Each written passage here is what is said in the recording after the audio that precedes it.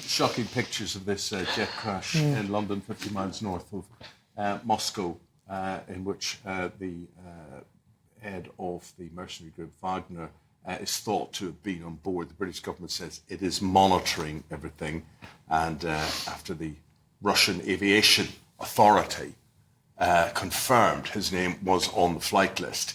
This comes exactly 2 months after the Wagner Group chief's failed mutiny against the Russians on June 23rd.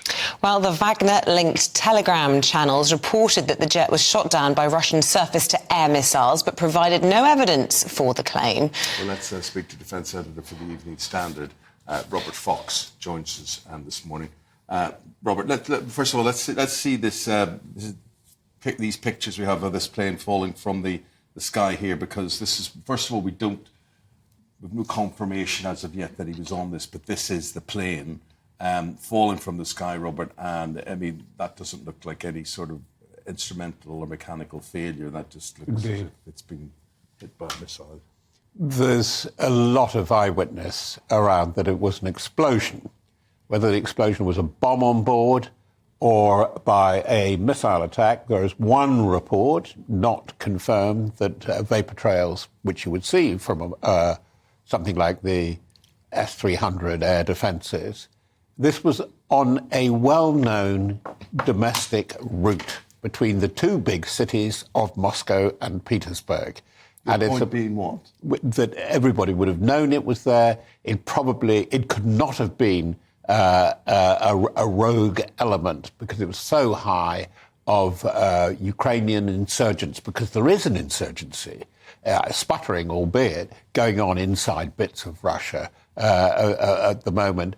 And it's very interesting that you've noted the caution of the British government in saying that they're monitoring, because never say never in the rumour factory that is Russia. And, of course, Prigozhin himself was the sponsor of the IRA. I mean, that IRA, the Internet Research Agency, the troll factory. I mean, Wagner have been masters at fake news as well. I'm not doubting it, but I think unfortunately, there has got to be bodily evidence, DNA. So it would suit the Russians if he was on board and he was dead, but also it would suit him to create the illusion that he is dead. Absolutely. It's a game of mirrors. But the interesting thing was, as I think most of the commentators have noticed this morning, quite rightly, that Prigozhin, for all the noise that he continued to make after the mutiny at the end of June, 60 days ago, he was in decline.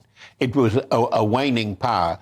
But that doesn't necessarily mean... These pictures we're seeing here, we reckon this was about 3 days ago, and in Africa. Nonsense. You say he was in decline. So what was he doing in Africa? No chance he was there. I don't think he was in Africa. You don't? I really don't think. But the plane was coming from Africa, wasn't it? No, the plane was coming from Moscow. It was a domestic flight. Right. No. It was an Embraer private jet. I don't know, because the accompanying plane, also commissioned by Wagner, returned to base. Went back to Moscow, as far as we can tell. And although senior commanders were, including the founder, Mr. Utkin, Dmitry Utkin, certainly was on the flight and was on the passenger list, Mr. Kuznetsov, the other field commanders, crucial operatives, are still around. And it's got a lot of money. It is absolutely critical to what is going on in terms of Russian policy. And that's a deliberate understatement, but it's an extraordinary thing that they're up to, Wagner, in West Africa, including taking over gold mines. I mean, Prigozhin was in trouble, wasn't he? Because he made Putin look weak 60 days ago. But the things that make this suspicious, and Eamon, highlighted with, the West sort of taking their time to accept Russia's version of events, are that this was to the day 60 days after the mutiny. The timing, particularly interesting. There were 10 people on the list, 8 bodies have been found. That is quite strange. There was almost immediate footage produced for all of us of the plane falling from the sky, and the Russian news agency confirming it very swiftly, which isn't typical of the Russians. For example, when MH, I forget which one it was, 17 came down, they took nearly 7 to 9 months to even accept that anything had happened. happened.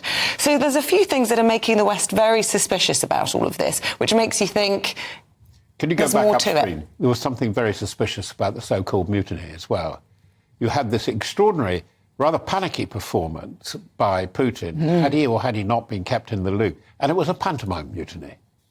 With that number of forces, couldn't have taken Moscow. They found it difficult to trundle up the road to Novgorod. And it was sort of like a fiesta down in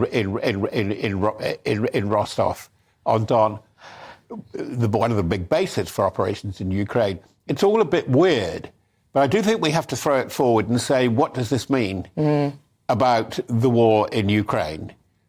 And to sum up, sorry, I'm supposed to be in the news business and excite people. Not much. Right. Not much changes. Because we said Wagner was in decline. There are only about 25,000 fighters, I think, per se, all round, and a slack handful are in the different countries. In West Africa, as I was saying, a few thousand are in Belarus, part of the agreement from the mutiny. They've done the hard lifting, but it doesn't mean game over for the PMCs, the private military companies, which abound in Russia now. But we're beginning to see that Putin is up to something. We're in a different phase now in Ukraine, because he fired Prigozhin's greatest buddy, one of his big buddies inside the military forces of Russia, namely General Surovikin.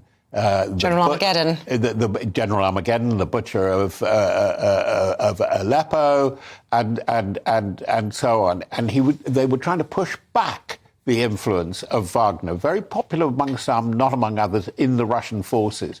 So what are they about to do? And there's stuff on the front page of the New York Times, which the stuff on marked analysis on the front page of the New York Times never comes without a safety warning of a policy thing, saying defence chiefs of the West, including the British defence chief, signal there, and I doubt if this is quite accurate, have been telling Zaluzhny, the commander of Ukrainian forces, to get on with it in the so-called offensive.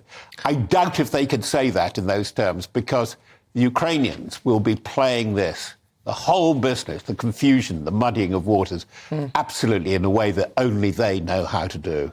Right. So, as an outsider looking in, we are supposed, or I am supposed, now to believe that Prigozhin, he annoyed Putin, and Putin's now got his revenge on this. And it looks like this guy stood up to Putin, and that's a message to anyone else: don't even think about it. Am I right? Is that the message that I'm supposed to be taking away from this? Film, yeah. Godfather 4. But that's what it is. Yeah. A mafia move. It is like Don sorting this out. A lot of the real old Russian hands say this.